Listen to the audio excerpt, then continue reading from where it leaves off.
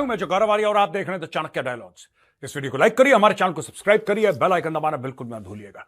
दोस्तों, जैसा कि मैंने बोला था, मैं आपको विस्तार से बताऊंगा ये पूरा ईरान में मैटर हुआ क्या है। दोस्तों, आपको पता है कि इब्राहिम रियासी जो राष्ट्रपति थे ईरान के, वो हेलीकॉप्टर क्रैश में मारे गए। साथ ही में उनका फॉरेन मिनिस्टर भी मारा गया और एक और बड़ा इंपॉर्टेंट शख्स, 3 लोग मारे गए। ये गए थे अजरबैजान के बॉर्डर में एक डैम को इनॉग्रेट करने के लिए, एक बांध को इनॉग्रेट करने के लिए। वो उनका एम था कि वहां पे बांध बनेगा जिससे बिजली पैदा होगी और पानी का, क्योंकि क्राइसिस ईरान में चलता रहता है, पानी भी वहां पे इकट्ठा हो जाएगा। लेकिन वो हेलीकॉप्टर क्रैश कर गया। अब 2-3 बातें हैं इसमें। बेल हेलीकॉप्टर था, पुराना था, वियतनाम के समय का हेलीकॉप्टर था दोस्तों, और क्योंकि वियतनाम 70s की बात है, यानी कि 50 साल तक पुराना हेलीकॉप्टर ये हो सकता है। वो हेलीकॉप्टर क्रैश कर गया। He should have been more contained in speech. ठीक है, बहरहाल ये हेलीकॉप्टर क्रैश हुआ। आज की तारीख में ऐसा सुनने में आया है कि ईरानियन जो दुनिया भर में फैले, जो ईरान के अंदर है, वो तो डर के मारे चुप हैं। वो डर के मारे चुप हैं। लेकिन दुनिया भर के ईरानियन जो हैं वो खुशियां मना रहे हैं, भंगड़े डाल रहे हैं, कह रहे हैं बिल्कुल ठीक हुआ, बिल्कुल ठीक हुआ। लेकिन एक चीज ऐसी हुई, एक ऐसा रिएक्शन आया जिससे कि मैं अचानक सरप्राइज हो गया। यार, मैंने बोला ये है क्या? ये जैसे ही पता लगा वो मर गया, सबसे पहले इजराइल ने आके बोला हमने नहीं मारा। ओ भाई, हमारा कोई लेना देना नहीं। अच्छा, तुमसे बोल कौन रहा है कि तुमने मारा है? तुमसे किसी ने इजराइल को यह थोड़ा ना बोला कि तुमने मारा है।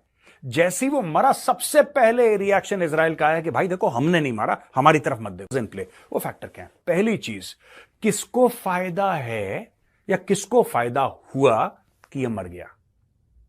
मैं आपको बताता हूं, वहां पे वैसे चुनाव नहीं होते जैसे भारत में हो रहे हैं आजकल, या भारत में होते चले हैं, जैसे अमेरिका में होते हैं, यूके में होते हैं। वैसे चुनाव नहीं होते। कुछ लोग मिलकर अपना लीडर चुन लेते हैं। कुछ लोग मिलकर अपना लीडर चुन लेते हैं।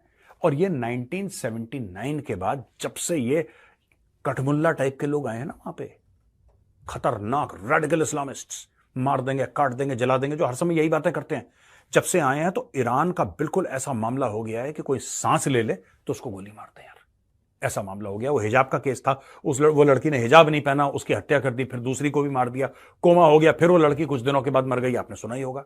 और कितने 100 लोग मारे दिए गए और गायब हो गए, ये भी आपने सुना होगा। मारे गए कितने, गायब हो गए, किसी को नहीं पता, ये हिजाब की कंट्रोवर्सी में। खैर, बहरहाल, coming back to the point, लोगों ने सेलिब्रेट करा, बोला ये ठीक मर गया। इनकी मजबूरी है इनको निपटाने की। हो सकता है मेरा एनालिसिस गलत हो, मैं ये नहीं कह रहा कि उन्होंने मारा है, no, I am not saying that, पर मैं कह रहा हूं कि इजराइल की मजबूरी है इनको मारना। क्योंकि इजराइल आज से नहीं, दशकों से यही बात अमेरिका से कह रहा है कि बॉस, ये हिजबुल्लाह है, हमास है, हुथी हैं, ये सब वैसे हैं जैसे खाने में अचार, पापड़, सलाद होते हैं। असली में दाल, रोटी, सब्जी, पनीर कुछ और है। तुम उधर देख नहीं रहे, तुम देख रहे हो ये सब छोटी मोटी चीजें, which are non essential, maybe tasty but non essential. America ने बोला नहीं, तुम ईरान को कुछ नहीं कहोगे, ईरान को कुछ नहीं कहोगे। आपको पता है, Iran is this close to becoming a formal nuclear power. This close, Iran is this close. तो कौन नहीं चाहता था ईरान न्यूक्लियर पावर बने?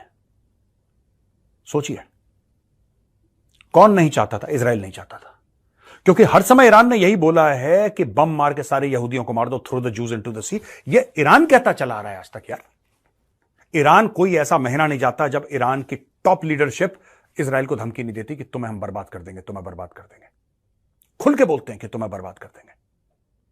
क्या ऐसा हो सकता है कि इजरायलियों ने मिलकर निपटा दिया इसको? बोला कि बहुत चूचू कर रहा था, निपटाओ उसको। क्योंकि कैसे करा होगा अगर इजराइल ने करा होगा? दोस्तों, इजराइल की मोसाद के अंदर एक सीक्रेट यूनिट है जिसका नाम है किडॉन।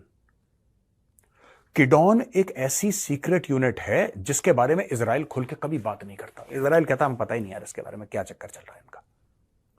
उसके अंदर स्पेशल फोर्सेस के ऑपरेटिव्स हैं, उसके अंदर मोसाद के ऑपरेटिव्स होते हैं खास। और किडॉन का काम है एक्चुअली जो इजराइल के दुश्मन हैं उनको ढूंढ ढूंढ के उनकी हत्या करना। ये मैं आपको सच बात बता रहा हूं, जब करीब 11 एथलीट्स मारे गए थे म्यूनिक ओलंपिक गेम्स में, जब पैलेस्टीनियंस ने मार दिए थे, पैलेस्टीनियन टेररिस्ट ने, तो भाई साहब उनको 10-15 साल लग गए। कोई कहीं छुपा, किसी ने नाम बदल दिया, किसी ने प्लास्टिक सर्जरी कर दी, किसी ने दाढ़ी उगा ली, किसी ने दाढ़ी काट दी। जो भी उसके, एक तो जिन्होंने मारा वो अलग चीज, जो उसके पीछे थे, एक एक बंदे को ढूंढ ढूंढ के कोई यूरोप में निपट रहा है, कोई कहीं मिडिल ईस्ट में निपट रहा है, कोई कहीं, मतलब जो जहां पे छुपा उसने अपनी कितनी आइडेंटिटी बदल ली और किडोन ने उसको ढूंढ के निपटाया। ये यहूदियों का और ये किडोन का ट्रैक रिकॉर्ड है। अगर आप इजराइल के खिलाफ करेंगे, कुछ भी करेंगे इजराइल के खिलाफ, ये आपको ढूंढ के निकाल के मार डालेंगे जान से। आपको पता है एरिक आइकमैन की स्टोरी आपने सुनी है दोस्तों?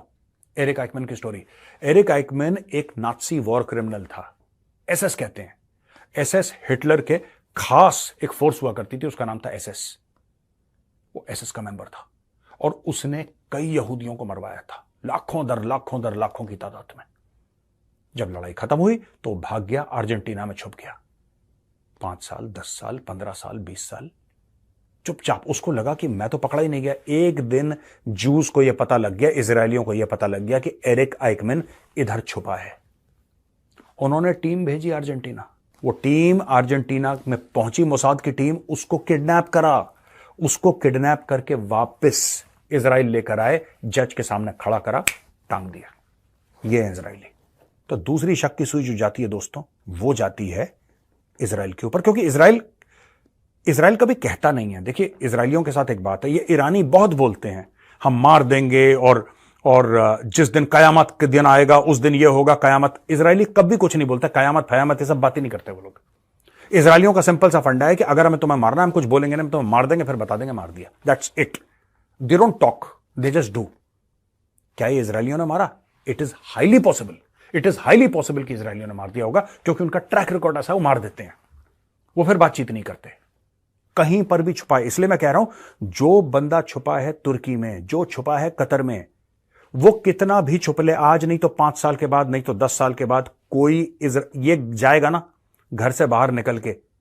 ये घर से बाहर निकला और इसने बोला कि मेरा कोई गेस्ट आया है, मैं उसको सी ऑफ करने जा रहा हूं।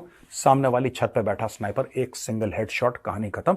ये करते चले आए हैं, मैं अपने मन से नहीं बोल रहा। ये आप जाके इंटरनेट पे जाके ढूंढिए किडोन, KIDON। किडोन करता क्या है? किडोन यही काम करता है। और तीसरी शक की सुई किस पे जाती है भाई? शौक लगेगा आपको।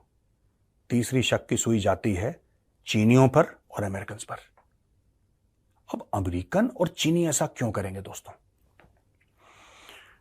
आपको जाते जाते एक और बात बता दूं। खुमैनी जो है ना, सुप्रीम लीडर ईरान का बेताज बादशाह, उसका इमीडिएट सक्सेसर कौन बन रहा था? क्योंकि वो मिड-80s में है। वो मिड-80s में, आप समझिए पॉलिटिक्स, समझिए ईरान की इंटरनल पॉलिटिक्स। अमेरिका क्या चाह रहा है? खुमैनी मिड-80s, 85-86 साल। अब कभी ना कभी तो वो ऑफ होगा, कभी ना कभी तो वो मरेगा। चाहे ऐसे मरे चाहे ऐसे मरे। ऐसा तो नहीं है कि आज से 10 साल बाद भी वो 95 साल की उम्र में भी वो वैसी एक्सीलेटर पे पाओगे उसके। लेकिन उसका नेचुरल सक्सेसर कौन था ईरान में, जिसके पीछे स्ट्रगल भी हुआ ईरान में और काफी झटपट हुई, लेकिन उसका कौन था जिसको सब लोग बोल रहे थे कि हां ये बनेगा? खुमैनी के बाद ये बंदा है, खुमैनी की कुर्सी पे यही बैठेगा। और हर जगह एक लार्ज एक अग्रीमेंट थी कि यही बंदा सुप्रीम लीडर बनेगा ईरान का। वो कौन था? उस बंदे का नाम था इब्राहिम रियासी। ठीक है दोस्तों।